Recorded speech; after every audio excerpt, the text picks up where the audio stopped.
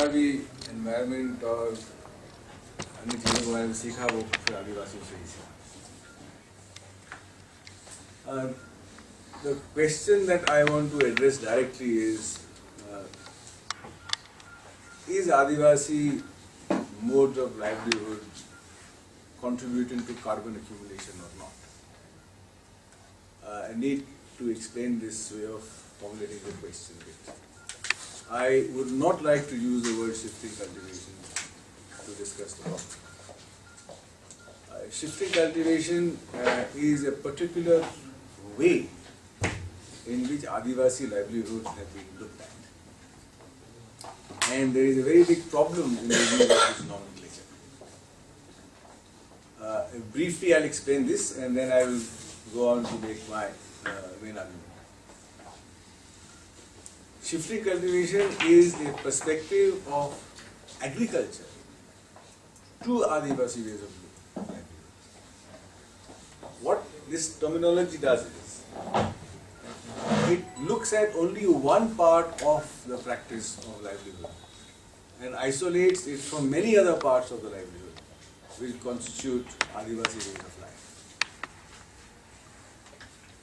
The perspective of agriculture very specifically focuses on the field, on the crop, and the method of crop cultivation. Shifting cultivation, therefore, is a way to reduce a very, very multi-dimensional, multi-layered practice of earning a livelihood to a very single variable, which is crop cultivation, land capacity, labor, and productivity. This is not fair because it does not see the practice of cultivating crops in a larger perspective of the forest, of nature, and of different ways of looking at nature in the forest. The problem with this perspective of shifting, of using of the category of shifting cultivation is that it immediately brings to your attention very limited parameters of understanding productivity. The traditional argument against shifting cultivation is that the carrying capacity of shifting cultivation is limited. And carrying capacity is defined as the crops produced per square acre of land and the amount of people that it can feed. And they argue that the carrying capacity of shifting cultivation gets reduced as the population increases. Which means that if you have to produce for 10 million people, then the number of acres that you will devote to shifting cultivation will reduce, and therefore the shifting cultivation cycle will reduce, and therefore the forests will get destroyed. This is a political understanding of the question. This is not even a technically sound understanding of what shifting cultivation is. Politically, the question is, where does this population come from?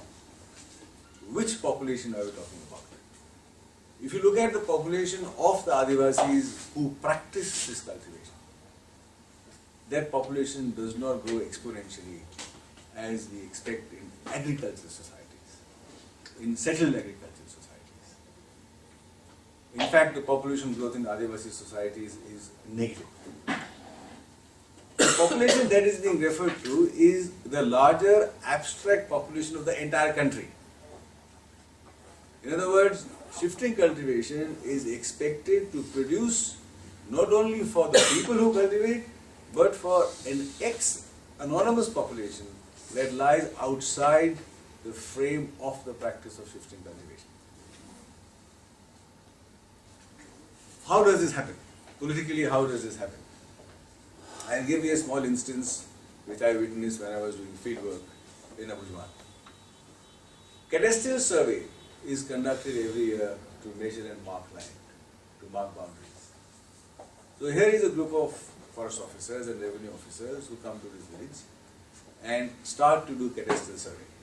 What they do is, they put one peg, put another peg, and do a line and say, this is the area which is devoted to this village and the rest of the area is for the other village. What they do is, they change the position of the peg by just 2 meters. Right? And they include approximately 15 acres of land in the forest, and therefore reduce the forest that is available for shifting cultivation. Population has not increased, right? Land has decreased, just because of a simple trick in cadastral surveys to change the line that will define the boundaries of how much area is available for shifting cultivation.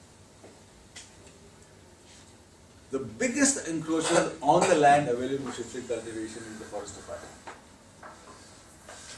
and the revenue department. Why? Because in their worldview, in their perspective, Adivasis don't even exist as an entity. Therefore, everything that they do is of no value, right?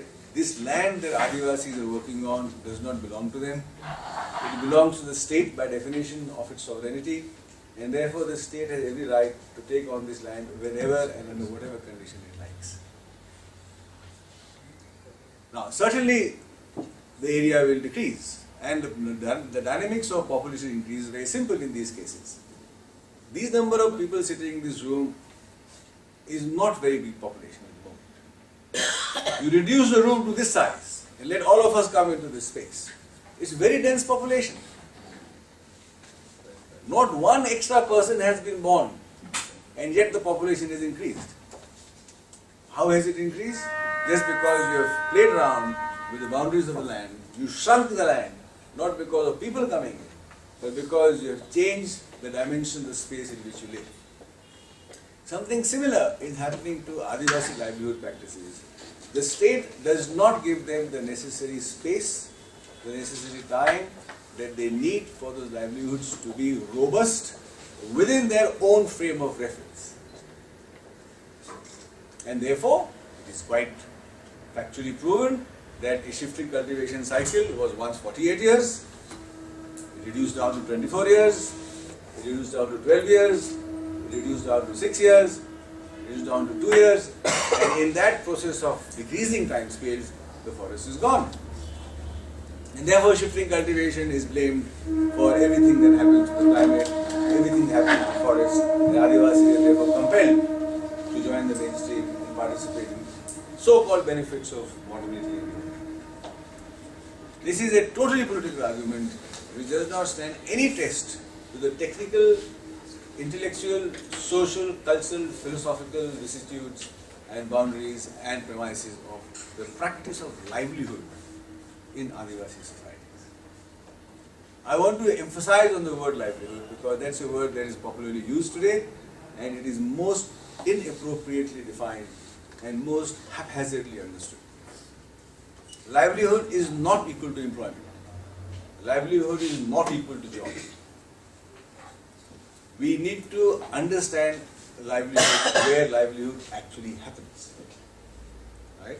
And I want to illustrate to you, through the study of Adivasi livelihoods, that a livelihood is something that involves a certain amount of self-autonomy in questions of technical skills, in questions of problem solving, in questions of intellectual reliability, in terms of technological reliability, and least of all, you belong to a power structure in which there is an employer who will give the money, who will lay down terms of reference of work, and an employed who will participate only on those terms of reference of work.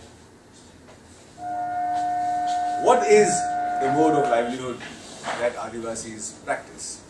Now, before we get on to Adivasi modes of livelihood, I want to say a few words about climate change, because our perspective on climate change will also determine how we look at a different way of looking at livelihood.